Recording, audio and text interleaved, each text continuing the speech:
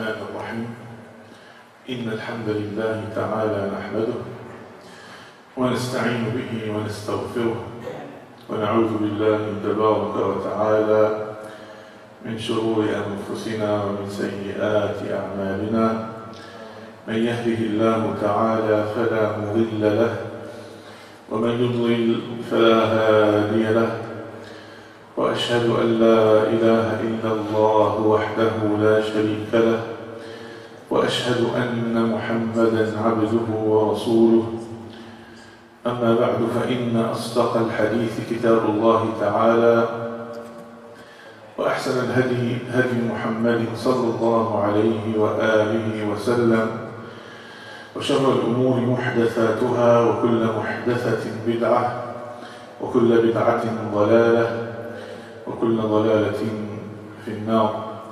نسأل الله العزيز الغفار أن يجيرنا وإياكم من عذاب النار. اللهم صل على محمد وعلى آل محمد كما صليت على إبراهيم وعلى آل إبراهيم وبارك اللهم على محمد وعلى آل محمد كما باركت على إبراهيم وعلى آل إبراهيم في العالمين إنك حميد مجيد. نسأل الله تعالى يتقبل منا ومنكم صالح الأعمال إنه ولي ذلك والقادر عليه. Before we continue in the explanation of the hadith of كبشة نماري that we've been tackling for the last 3 weeks, I would like to comment on an incident that happened to one of our brothers today at his place of work. And the brother came back really feeling bad and saddened by that incident. Just inshallah, I'll share it with you and comment on it inshallah ta'ala. The brother said that this person was given a lecture of a medical nature, and in mentioning something that has to do with a particular disease, he said, this is where God messed up. This is where God messed up. So the brother obviously is upset by this, and I was pretty upset when I heard it too. But subhanAllah, we have to remind ourselves where we are living. We are living in a society that part of what they see as their religion and their acts of worship is, subhanAllah, insulting Allah subhanahu wa ta'ala. They insult Allah day and night. They insult Allah every time they pray. They insult Allah every time they go to their places of worship. Instead of worshiping Allah subhanahu wa ta'ala, they insult Allah. And that should give us a sense of having to be patient when we hear these things and really handle it properly. Because there is nothing worse than a kufr, than an act of apostasy or disbelief in Allah subhanahu wa ta'ala altogether. Then the sins come after that. The disbelievers that live upon that and die upon it, they will not be asked about their sins. There is no reason for them to be asked, because they have died on al-kufr, wa'idhu billah. So there is no reason. I mean, it's automatic. The person that dies on kufr, wa'idhu billah, we know where he's going. So, subhanAllah, we should try to be patient and handle it the proper way. Try to educate that person if we can about the right way of talking about the Almighty, the Creator of the heavens and the earth. Alhamdulillah ala ni'mat al-Islam. We go back and we say that Allah subhanahu wa ta'ala made us min al-Muslimin, from the ones that submit to Allah subhanahu wa ta'ala, that we would never be able to utter such horrible words against Allah subhanahu wa ta'ala. But if we're confronted with a situation like that, then we have to handle it properly. Which brings me to a question that I would like to ask. which is worse? To insult Allah or to insult Prophet Muhammad sallallahu alaihi wasallam? You can show of hands. Which one is worse? To insult Allah or to insult the Prophet sallallahu alaihi wasallam? To insult Allah. And it's the obvious choice that makes sense. But subhanAllah, in the time of the Khilafah, the time that Islam had an entity, had an existence, it was always the opposite. Someone that insults Allah subhanahu wa ta'ala, yustatab. If he repents and he comes back and he takes it back, nothing happens to him. But if someone insults the Prophet sallallahu alaihi wasallam, even if he repents and he goes back on it, he's still punished. يقام عليه الحد. Subhanallah, he is sentenced to death. فسئل العلماء قالوا لماذا؟ قال لأن الله عز وجل لا تصل إليه معرة السب. معرة السب لا تصل إليه سبحانه. Allah is high above anything, above any insults. The insults do not harm him subhanahu wa ta'ala. Whereas Muhammad sallallahu alaihi wasallam is a human being, and the insults can harm him. You see? Subhanallah. لذلك قال سبحانه وتعالى في الحديث القدسي: إنكم لن تبلغوا نفعي فتنفعوني وإنكم لن تبلغوا ضري فتضروني. That you will not be able to reach that level ever where you can harm me or you can benefit me. The worst insult will not harm Allah subhanahu wa ta'ala one bit. And the best of statements that you make in praising Him subhanahu wa ta'ala will not increase His dominion one bit. One of the many proofs that comes to mind, there's a man by the name of Abdullah ibn Abi Salh or Abi Salh. Abdullah ibn Abi Salh. This man, subhanallah, Allah gave him the honor not only being a Sahabi, but he also was one of the scribes of the Prophet ﷺ. كتبة الوحي. كان من كتبة الوحي. وهذه سبحان الله جواب على مسألة أخرى. This is an answer to another issue. The fact that some people say the Quran was written long after the Prophet ﷺ. And I say wrong. Go back and check your facts because you are confused. The Prophet ﷺ, when he received revelation, لما كان ينزل عليه الوحي صلى الله عليه وسلم، أول شيء ينادي كتبة الوحي فيجعلهم يكتبون. He will call on the scribes and he will make them write right away. And after they write, he makes them read to him what they have written to make sure it's correct. وهذا عبد الله بن أبي صلح كان منهم. وهو أخو عثمان في الرضاعة. He is the brother of Uthman. He nursed, him and Uthman were nursed from the same person, so they're brothers or nursing brothers. When the ayah from Surah Al-Mu'minun was revealed, ثم خلقنا النطفة علقة فخلقنا العلقة مضغة فخلقنا المضغة عظاما فكسونا العظام لحما ثم أنشأناه خلقا آخر. بدل ما الآية يعني الجملة التي أتت بعدها فتبارك الله أحسن الخالقين. Translation, then Allah Ta'ala is talking about those stages of embryology. When how Allah creates the son of Adam in the womb of his mother, then we made the seed into a clot, then we made the clot into a lump of flesh, then we made the lump of flesh into bones, then we clothed the bones with flesh, then we caused it to grow into another creation.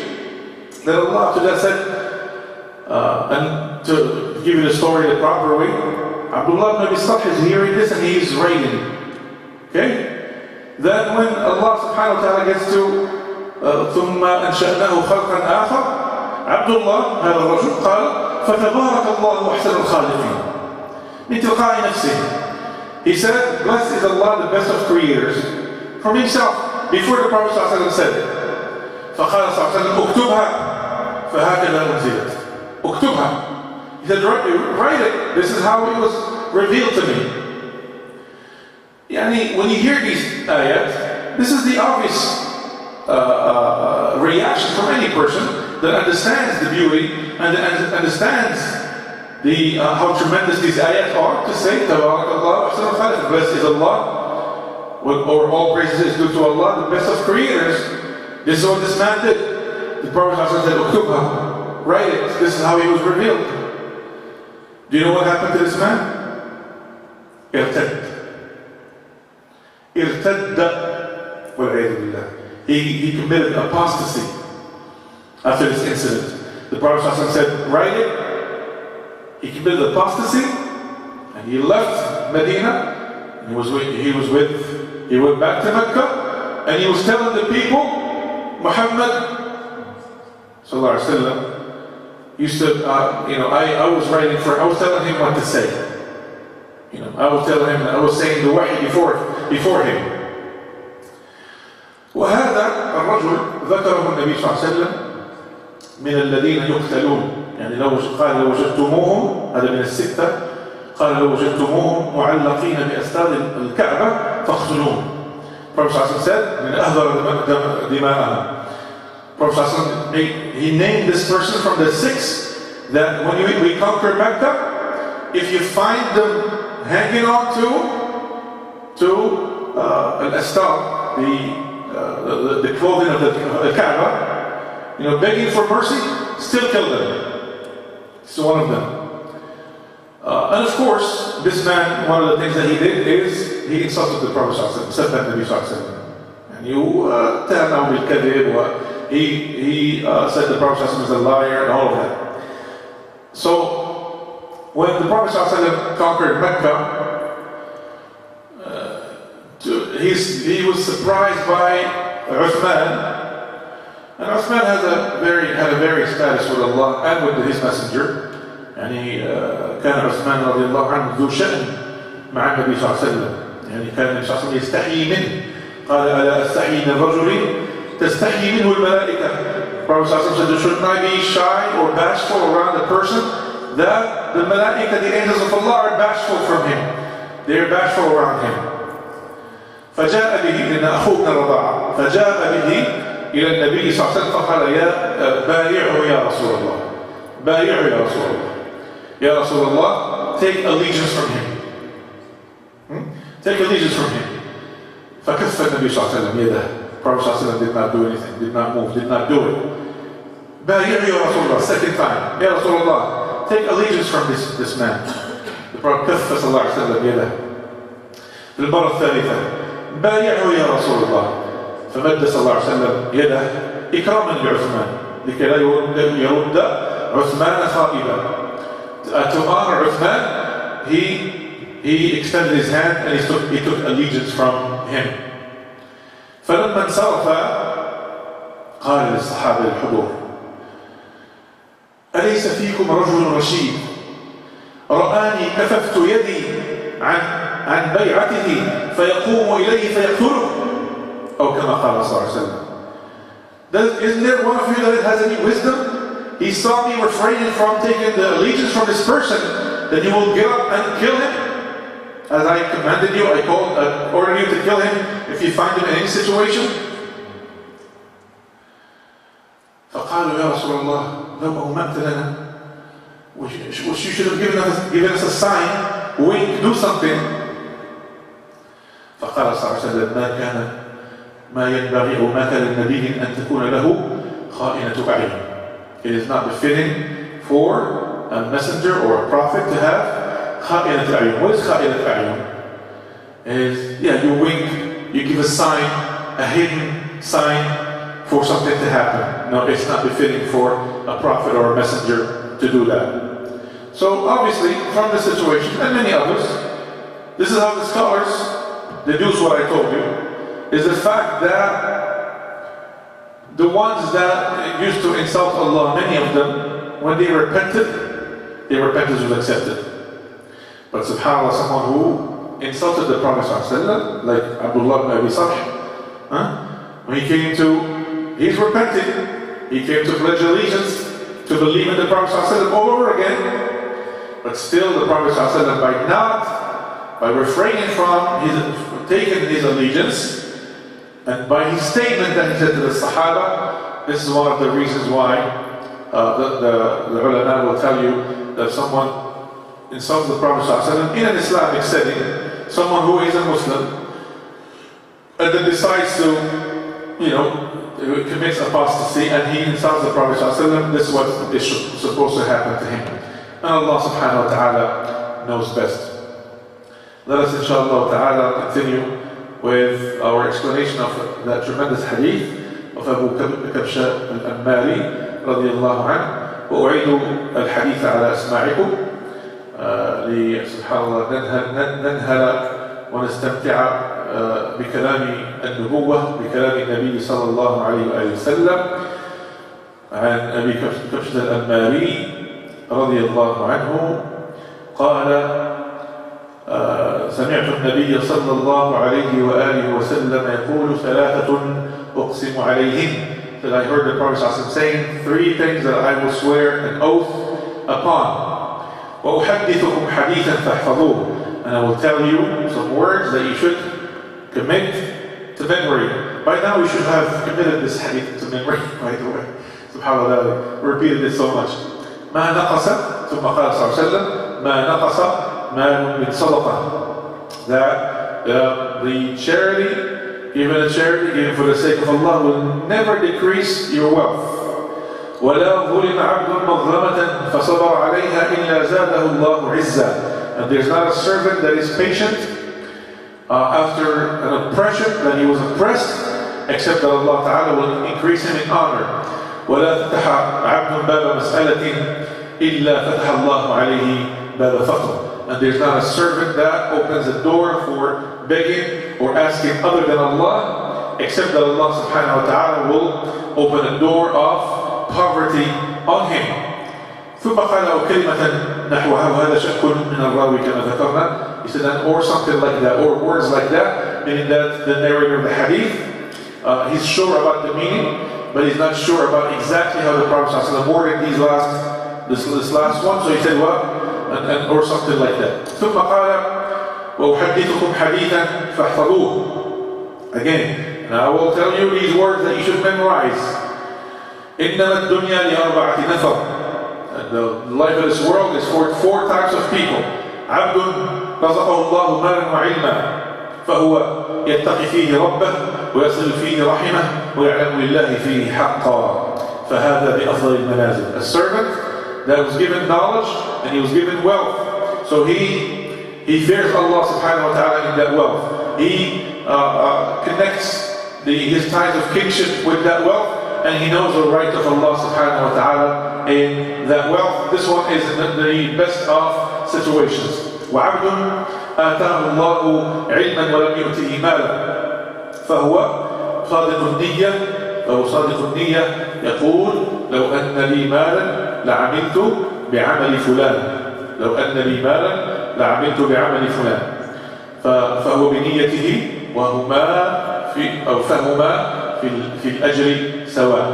The second person that was given knowledge but no wealth, he is truthful in his intention, and he says, if I was to be given any wealth, I will do exactly like so and so is doing. Because of his intention, they reach the same level of reward, the same level of hasanat. And the third category, وَالْعِيَذُ بِاللَّهِ, عَبْدٌ آتَاهُ اللَّهُ مَالًا وَلَمْ يُؤْتِهِ عِلْمًا. عَبْدٌ رَزَقَهُ اللَّهُ مَالًا وَلَمْ يُؤْتِهِ عِلْمًا فَلَمْ يَرْزُقْهُ عِلْمًا فهو يخبط بماله أو يخبط في ماله بغير علم. فهو يخبط في ماله بغير علم. A servant, the third category, a servant that was given wealth but no knowledge, so he squanders that wealth without any knowledge. SubhanAllah, he squanders it in the worst possible way without any knowledge. فهو لا يتقي فيه ربه. He doesn't fear Allah subhanahu wa ta'ala in the way that he spends that money. ولا يصل فيه رحمه. He does not bring or connect with the ties of his kingship with that money. وَلَا يَعْلَمُ لِلَّهِ فِيهِ حَقًّا. He does not know the rights of Allah subhanahu wa ta'ala in that wealth.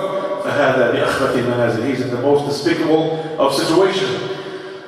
وَعَبْدٌ آتَاهُ اللَّهُ لَمْ يُؤْتِهِ اللَّهُ مَالًا وَلَا عِلْمًا. This is a fourth person. Allah neither gave him wealth nor He gave him knowledge. And he says, this man says, وَيَقُولُ لَوْ أَنَّ لِي مَالًا لَعَمِلْتُ بِعَمَلِ فُلَانٍ. If I was to be given wealth, he says, if I was to be given wealth, I will do exactly like so and so. The third one, فَهُوَ بِنِيَّتِهِ وَهُمَا فِي الْوِزْرِ سَوَاء. With his intention, they get the same level of sayyi'at, same level of sins on them, subhanAllah. Na'udhu billahi min dhalik. We started by talking about the virtue of sadaqah, because Prophet ﷺ started with saying, مَا نَقَصَ مَالُ عَبْدٍ مِنْ صَدَقَةٍ. So inshallah we'll continue developing that. subhanallah, كما بدأنا يعني نتكلم شيئا فشيئا، نتدرج في هذا الحديث ونتكلم عن فضل الصدقة. وقد قال النبي صلى الله عليه وسلم: إن الصدقة لتطفئ عن أهلها حر القبور وإنما يستظل المؤمن يوم القيامة في ظل صدقته. Prophet ﷺ said that the sadaqah, وهذا حديث عقبة بن عامر رضي الله عنه, said that the sadaqah will extinguish the fire that some people will have in their graves. And you know that some people will have fire in their graves.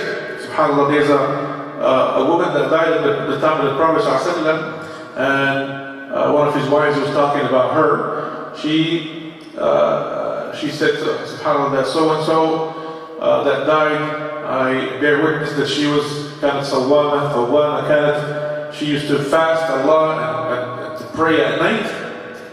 SubhanAllah. So the Prophet said, but I see that her grave is on fire as we speak.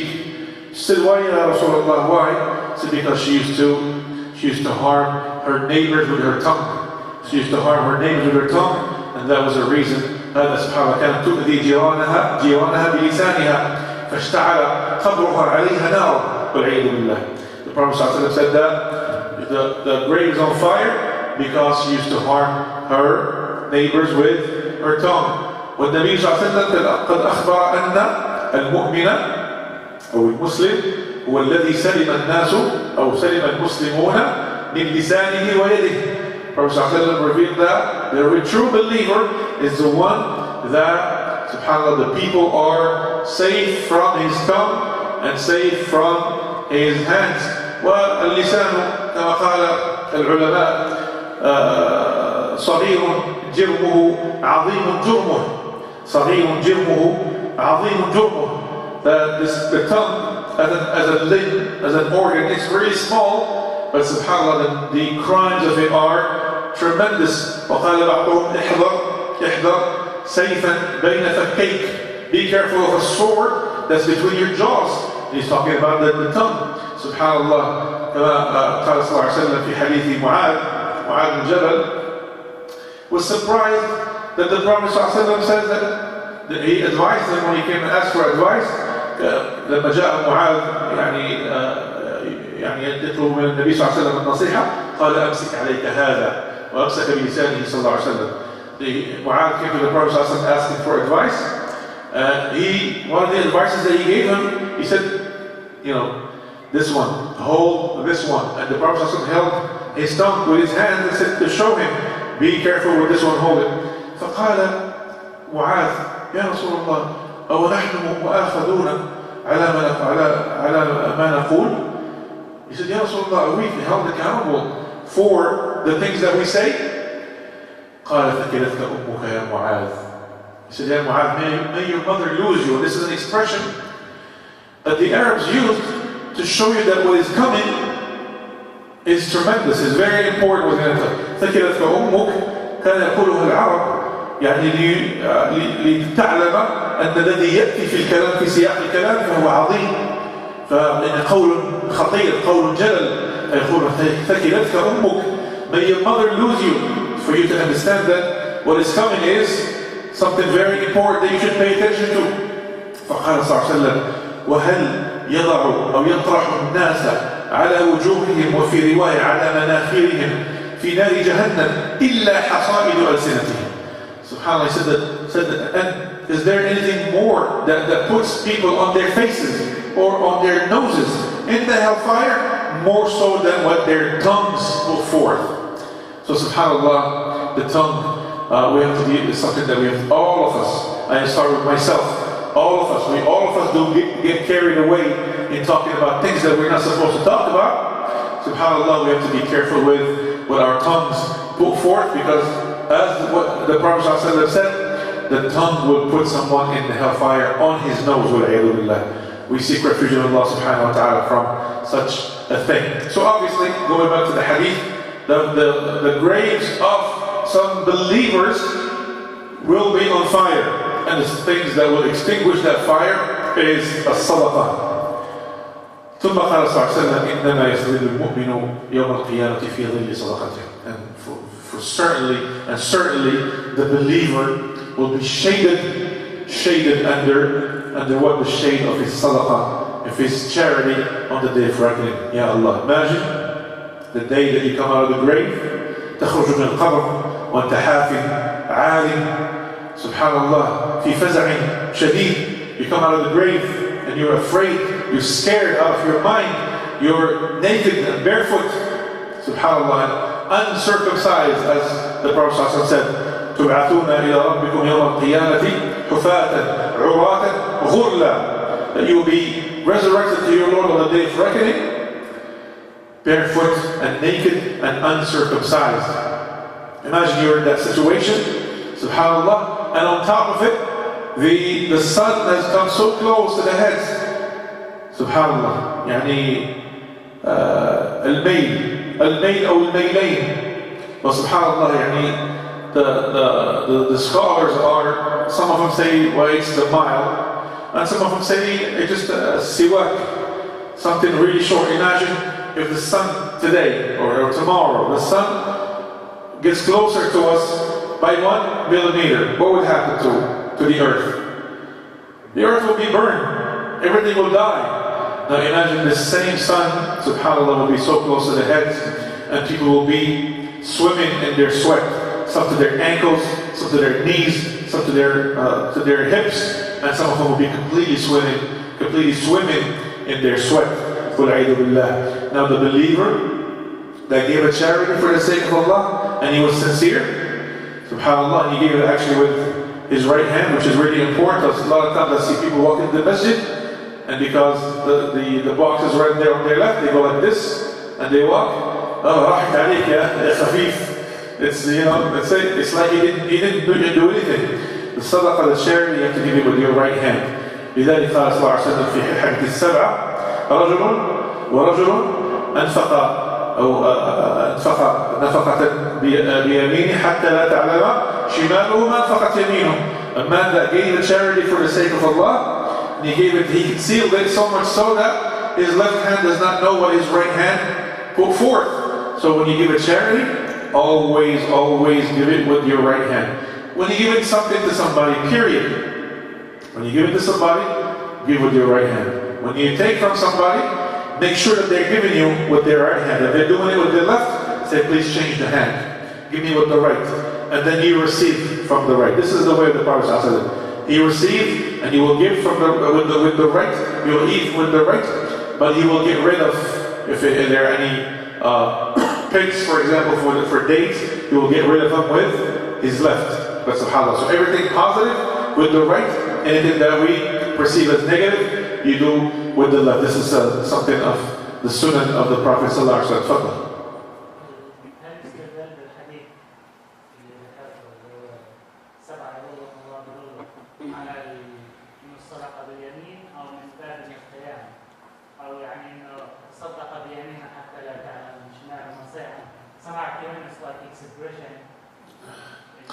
وهذا حديث عظيم تبحر العلماء في شرحه، ومنهم من ذكر ذلك. This hadith is a tremendous hadith, and the ulama have written books about this hadith. Some of them have mentioned that. They didn't focus on it too much, but they mentioned it as a passage. What did he say?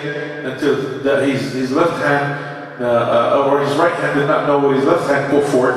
It is a clear indication that the sadaqah has to be given with the right hand. Of course, هذا مجاز.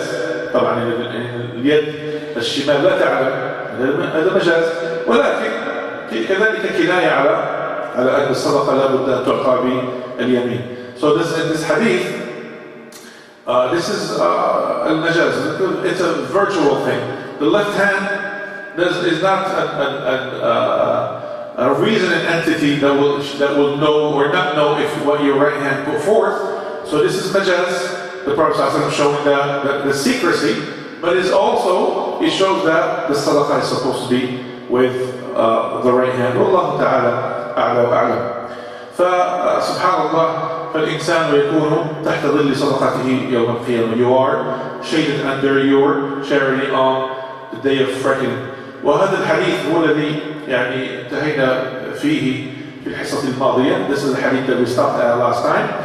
قال صلى الله عليه وسلم: لا حسد إلا في اثنتين، رجل آتاه الله القرآن فهو يتلوه آناء الليل وآناء النهار، ورجل آتاه الله مالا فهو ينفقه آناء الليل وآناء النهار. This is the hadith that we finished with, hadith Ibn Umar رضي الله عنه. He said, there's no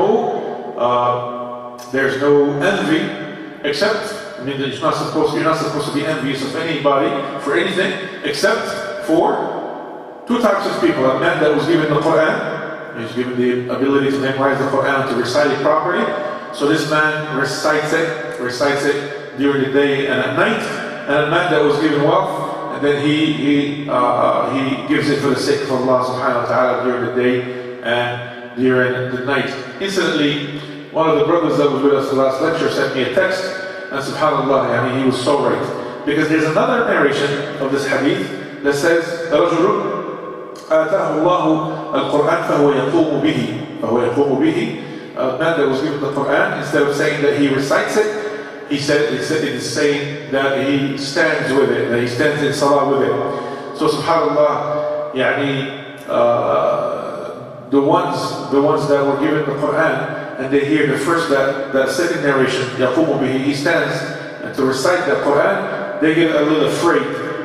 They get a little afraid for themselves, because subhanAllah, you were given the Quran for a reason, so that you recite it and you stand in prayer. But subhanAllah, the narration that I mentioned, it appeases their worries a little bit, subhanAllah. So, والحديث الذي يليه عن أبي هريرة رضي الله عنه فيما أخرجه مسلم قال صلى الله عليه وسلم: ما نقصت صدقة من مال، وما زاد الله عبدا بعفو إلا عزة، وما تواضع أحد لله إلا رفعه الله. أظن هذا ذكرته الحديث الماضية.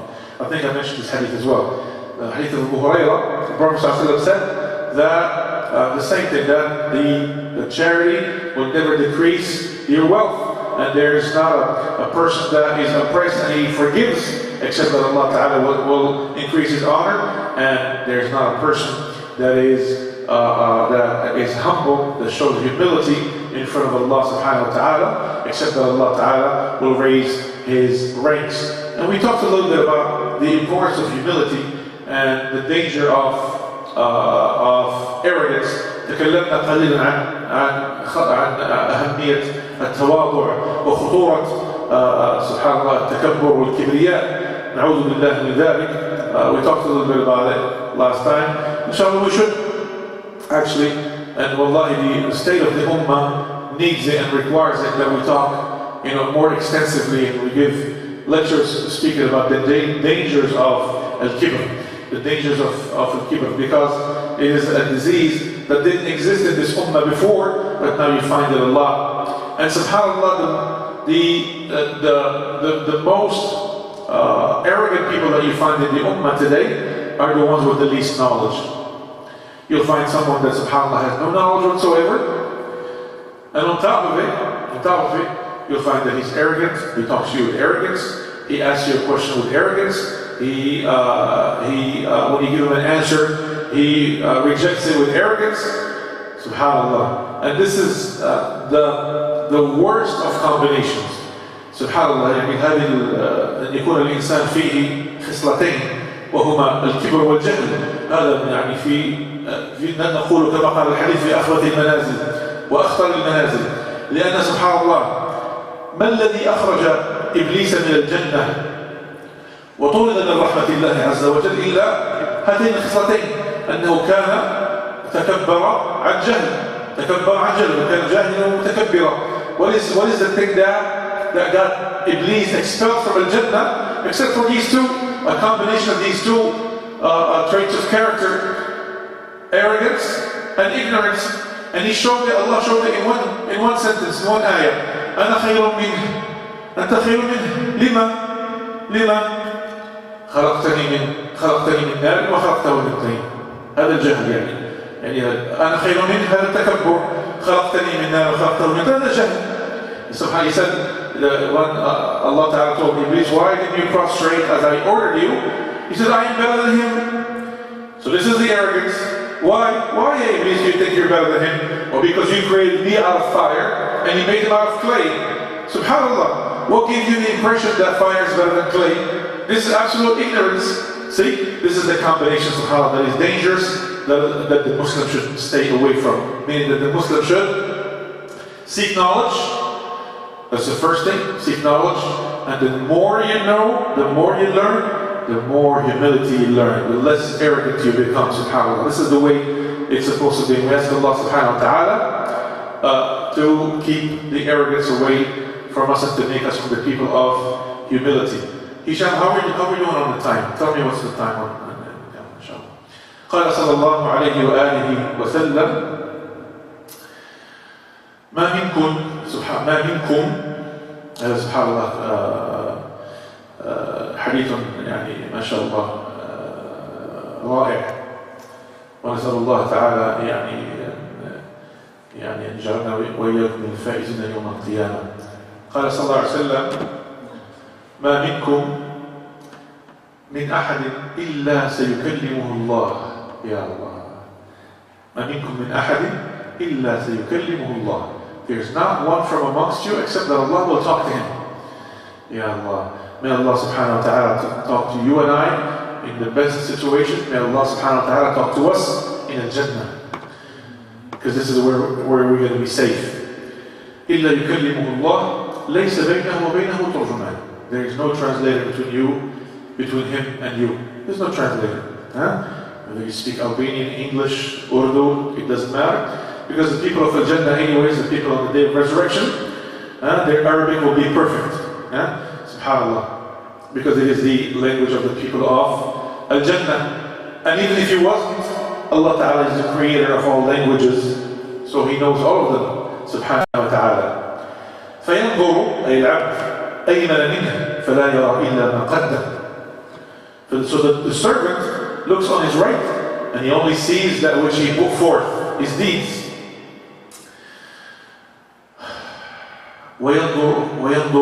فينظر أشأم منه. انظر مش أيسر، أشأم منه. سبحان الله. أشأم منه فلا يرى إلا ما قدم. And he looks on his left, he only sees that which he put forth.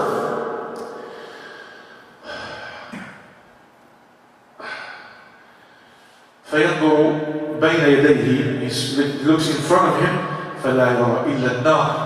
He only sees the hellfire. He sees the hellfire. Subhanallah. فلا يرى إلا النار.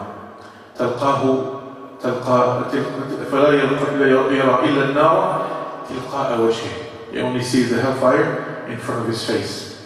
ثم قال صلى الله عليه وسلم فاتقوا النار ولو بشق تمرة. فاتقوا النار ولو بشق تمرة. So that he looks in front of him, he only sees the hellfire in front of his face. So fear, put a buffer between yourself and the hellfire, even if it is with half a date that you open up and you give to somebody for the sake of Allah, because you're fearing the hellfire, because you want to be removed from the hellfire. Subhanallah. يعني وهذا يعني كما أن القرآن يفسر بعضه بعضا، فإن كذلك الوحي الثاني وهو حديث النبي صلى الله عليه وسلم يفسر بعضه بعضا. فسبحان الله كيف يرى النار تلقاء وجهه وهو في أرض المحشر؟ How is it possible? So the two revelations, one explains the other. The Quran explains the Quran. A lot of times you find explanation for certain verses of the Quran. In other verses, similarly, you find explanation for hadith in other hadith. So how is it possible that a person is standing in the land of resurrection and then the hellfire is right there in front of his face? لأن النبي صلى الله عليه وسلم قال يؤتى بجهنم يوم القيامة يؤتى بها قال يقول يا جبريل ائتني بجهنم فيؤتى بها عليها 70,000 زمام على كل زمام 70,000 ملك يجرونها يا الله فتقول وكلت بالمتكبرين بالكبر وبكل من دعا مع الله إلها آخر وبالمصورين. Subhanallah. The Prophet ﷺ said that Allah will tell Jibreel, tell Gabriel alayhi salam, Jibreel, Ya Jibreel, bring Jahannam, bring it forth, bring it here to the land of resurrection. Imagine how tremendous this creation of Allah, but it will be brought forth. فَيُؤْتَى بِهَا, it will be brought forth. On it there are 70,000 chains. On each chain there are 70,000 angels dragging it. Ya Allah. Imagine this. Who can do the math? 70,000 times 70,000? I'm not good at math. It's a tremendous number. SubhanAllah. They'll be dragging the hellfire right there in the middle for everyone to see. And then you will speak. And you will say, وَكِلْتُ بِالْمُتَكَبِّرِينَ. We're talking about it. I was put in charge of the arrogant ones. The ones that are arrogant on this earth, on the life of this earth. Wallahi, after we hear this hadith, all of us have to examine that little bit of arrogance that we have in our hearts, and we have to pry it out of it if we want to be safe. وَكِلْتُ بِالْمُتَكَبِّرِينَ. All of us have a little bit. SubhanAllah. Because of the nafs and the hawa, the shaitan, the combination of many things. I was put in charge of the arrogant ones. And I was put in charge of everyone that has taken partner with Allah in worship. كل من دعا مع الله إلها آخر. Anybody that has committed shirk. And that's why Tawheed, Ya Allah. The Tawheed is the single most important commodity that the believer has. Wallahi. Without Tawheed you have nothing, and you are nothing. You fall in shirk, that's it. You're done. You're done, subhanAllah. Everyone that has taken a partner with Allah, then the hellfire has been put in charge of him. The hellfire said so. وَبِالْمُصَوِّرِينَ. And this one, al-Musawwirin, the ones that make, we can say, photos, depictions of mortals, al-Musawwir. In the Arabic language, anyone that draws a picture, okay? But subhanAllah, this is a subject that will take probably, we need a 3-day seminar to talk about. But briefly, that's why in Islamic art in general, you will not find depictions of people, of things or animals or human beings. Anything that has a soul is forbidden. It's forbidden to draw in Islam. Okay? Of course, a lot of scholars nowadays, or let's say in the previous century, the 20th century, like Sheikh Al-Albani and others, they said that includes photography, taking a picture of people. And this is a big thing. Sheikh Al-Albani, rahimahullah, tremendous scholar, muhaddith, scholar of hadith, left behind many books. He was the highest authority in the hadith of the Prophet ﷺ in his time. But every time he went to do a lecture in any country, they wanted to videotape me. He said, what did he say? أعوذ بالله أن أكون من الجاهلين. I seek refuge in Allah that I should be an ignorant fool. He refused for himself to be taken in camera. And this is a loss. I feel that it's a loss for this ummah. Because the scholar, the real scholar, you don't learn just from his ilm, from his knowledge. You learn from his mannerism. You learn from his adab. SubhanAllah, you learn from a lot of things. Just by looking at them, you learn. By looking at them. So we were deprived of this. Some scholars with him said the same thing, that videotaping or photography is part of al-musawwirin. But subhanAllah, other scholars said, no, when it comes to photography, it is just like the mirror. هناك علماء قالوا أن الصورة الفوتوغرافية كالمرآة. And it is so because it is a reflection of you that is reversed and comes back as a picture. So basically, it is a picture of you. It's not some creation, something that you created. Because another hadith says that the people of al-musawwirin, the one that sculpt and draw things with soul, with the one with arwah, they will come to when they are resurrected on the day of judgment. فيقال لهم تعالوا إلى صوركم فاخلقوها أو فانفخوا فيها الأرواح. They will be told, come and bring these things that you have created, these pictures and sculptures. Okay, and blow the soul in them. Put the soul in them. Subhanallah. Because this is challenging Allah subhanahu wa ta'ala in His creation. And He's the one who ahsan al-khaliqin. He's the only true creator. So, subhanAllah, that's why in this particular hadith is taken as a proof for the ones that say photography is forbidden in Islam. But others say no, photography is a reflection of you. So it's not a new creation, it is you, but in a picture. But one thing that the scholars are unanimous about, listen to me and I will close with this inshallah ta'ala, not to keep you here all night. One thing that the scholars are unanimous about is the fact that these pictures, if you happen to have pictures of yourself, your family members, of your children, of your grandfather, that these pictures should not be given any importance and put it in a place of importance where everyone sees it. Okay? They should be put away. They should be hidden somewhere. You see? Because these are, subhanAllah, it becomes almost like a form of worship. Ibadah. You're giving them a high position where everyone sees them. You see them on a daily basis. Some people do that with their parents. Oh, this is my father. You know, this is my mother. This is my grandma. No, don't put the pictures or any sculptures. If you can, especially sculptures.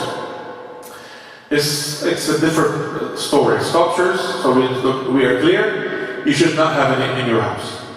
Because it will decrease from your hasanat, according to the Prophet ﷺ, having a dog inside your house. I'm giving you too much information. Like having a dog inside your house and having a statue of any kind. Not people that go to Egypt and they bring these statues. That will decrease from your hasanat. Two mountains of hasanat a day will be taken from your hasanat. Subhanallah. يعني هذا يكون عندك تمثال في البيت أو كلب أكرمكم الله، يعني في البيت داخل البيت هذا ينقص من حسناتك قراطين في اليوم. Who from amongst us can afford? And subhanallah, if I do happen to have 2 mountains of hasanat in my record as we speak, wallahi I'll be happy. So can we afford to lose that? No. Subhanallah. So if you happen to have pictures, then subhanallah, keep them hidden away. Keep them hidden away. Because the Prophet ﷺ walked into his house and Aisha, he had traveled and he came back. Aisha, she bought like blinds. One of them had a peacock on it. So he walked in Sallallahu and then Jibreel came to him and Jibreel refused to enter the house. So the Prophet looked around and he saw the thing with the peacock. He said, yeah, Aisha, take that thing and rip it into shreds. This is the reason why Jibreel would not come in here. So, and this is subhanAllah, another thing I forgot to mention, the malaika will not enter the house.